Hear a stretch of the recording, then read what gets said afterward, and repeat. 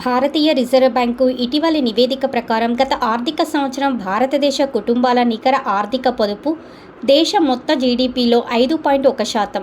ఇది గత శతాబ్దం కాలంలోనే అతి తక్కువ. ద్రవ్యోల్బణం, నిరుద్యోగమే దీనికి ప్రధాన కారణాలు. భారత్లో కుటుంబాల నికర ఆర్థిక పొదుపు గత దశాబ్ద కాలంలో ఏ సంవత్సరము 7% తగ్గలేదు. 2021-22లో అది 7.2%.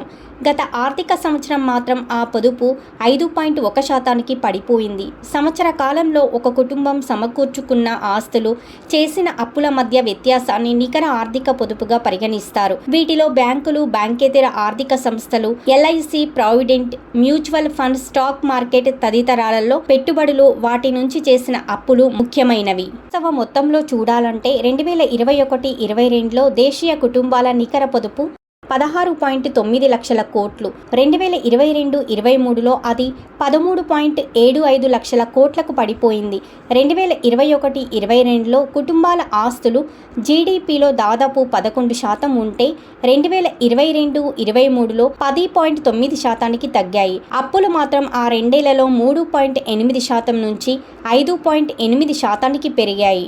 దశాబ్ద కాలంలో ఇలా ఒక్కసారిగా భారత్లో కుటుంబాల నికర పొదుపు తగ్గిపోవడానికి ప్రధానంగా 2 కారణాలు ఉన్నాయి. వాటిలో ముఖ్యమైనది ద్రవ్యోల్బణం. సుదీర్ఘకాలంగా కొనసాగుతున్న రష్యా-ఉక్రెయిన్ యుద్ధం వల్ల ప్రపంచ దేశాల ఆర్థిక వ్యవస్థలు చిన్నాభిన్నమయ్యాయి. అనేక వస్తువుల సరఫరాలకు అడ్డంకులు ఏర్పడి వాటి కొరతతో ప్రతి దేశంలో ద్రవ్యోల్బణం పెరిగింది. భారత్ పైన ఆ ప్రభావం పడింది. ముఖ్యంగా పెట్రోల్ ధరలు అన్ని రంగాలపై ప్రభావం చూపుతూ ద్రవ్యోల్బణానికి కారణమవుతున్నాయి. ప్రస్తుతం భారత్లో చిల్లర ధరల ద్రవ్యోల్బణం దాదాపు 6.8%గా ఉంది. రిజర్వ్ బ్యాంకు విధిస్తున్న ద్రవ్యోల్బణం పరిమితి 2 నుంచి 6%. పరిమితులు దాటిన ద్రవ్యోల్బణం ప్రజల నికర ఆదాయాలను తగ్గించి వారి కొనుగోలు శక్తిని దెబ్బతీస్తుంది. ఇక ప్రజల పొదుపు తగ్గిపోవడానికి రెండో కారణం నిరుద్యోగం. జాతీయ షాంపిల్ సర్వే లెక్కల ప్రకారం గత ఆర్థిక సంవత్సరం చివరి నాటికి దేశీయంగా నిరుద్యోగం 6.8%గా ఉంది. కోవిడ్ కాలంలో మిన్నంటిన నిరుద్యోగం క్రమంగా తగ్గుతూ వచ్చింది. ద్రవ్యోల్బణం, నిరుద్యోగం రెండూ కలిసి కుటుంబాల ఆర్థిక స్థితిని దెబ్బతీశాయి. పొదుపు తగ్గిపోవడం వల్ల కుటుంబాల ఆర్థిక ఒత్తిడికి గురవుతాయి. దీనివల్ల దేశ ఆర్థికం పైన ప్రభావం పడుతుంది.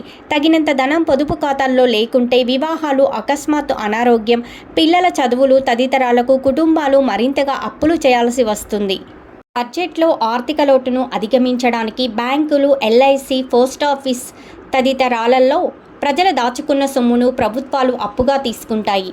ఈ ఏడాది కేంద్ర మద్దతుతో ఆర్థిక లోటు జీడీపీలో 5.9%గా లెక్కించారు.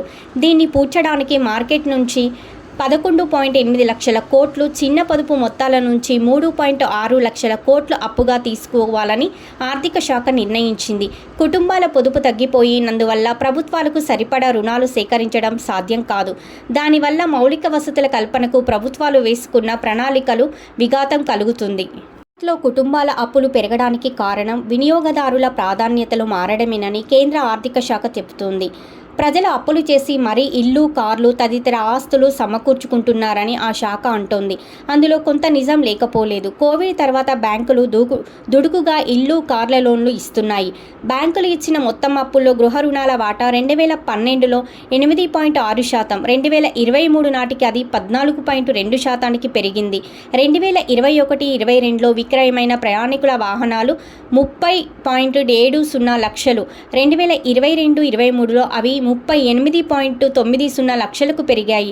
కేవలం గృహాలు, వాహనాలు కొనుగోలు మాత్రమే పెరిగిన కుటుంబాల అప్పులకు తగిన పొదుపుకు కారణం కాదు. ద్రవ్యోల్బణం, నిరుద్యోగం, గతంలో తగ్గుతున్న నిజ ఆదాయాలు, కుటుంబ అవసరాలకు చేసే రుణాలు సైతం నికర పొదుపు మొత్తాలలో క్షీణతకు దారితీస్తున్నాయి. దేశీయంగా విద్య, వైద్యం క్రమేణా ప్రైవేటు పరం అవుతున్నాయి. వాటిపై వ్యయం వల్ల కుటుంబాలు అప్పులు పెరుగుతున్నాయి. వైద్య వ్యయంలో ప్రభుత్వ ఖర్చు 47.1%. ప్రజలు తమ జేబుల నుంచి 47%కి పైగా భరించాల్సి వస్తుంది. ప్రైవేటు బడుల అధిక ఫీజులపైన ఇటీవల చాలా చోట్ల గగ్గోలు రేగుతుంది.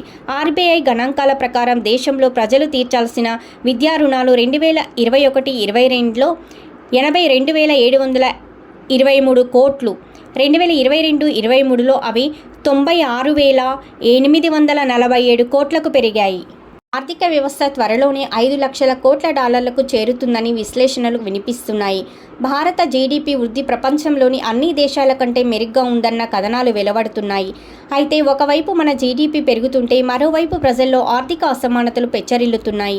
ఆస్కామ్ సంస్థ నివేదిక ప్రకారం దేశ సంపదలో 77% పై అంచెలో ఉన్న 10% ధనవంతుల చేతిలో ఉంది. ప్రస్తుతం ఇండియాలో 119 మంది శతకోటీశ్వర్లు ఉన్నారు. వారి సంపద గత 10 ఏళ్లలో 10 రెట్లు పెరిగింది. మరోవైపు వైద్య ఖర్చులు భరించలేక దేశీయంగా ఎన్నో కుటుంబాలు పేదరికంలోకి జారిపోతున్నాయి. ఇండియాలో ఆర్థిక అసమానతను తగ్గించడానికి ప్రభుత్వాలు పూనుకోవాలి. ద్రవ్యోల్బణం, నిరుద్యోగ సమస్యలపైన సరైన దృష్టి సారించాలి. లేకుంటే ప్రజల జీవితాలు మరింత దుర్భరంగా మారుతాయి. ప్రభుత్వ ఆదాయాలు పడిపోయి దేశ ఆర్థిక పురోగతి దెబ్బతింటుంది.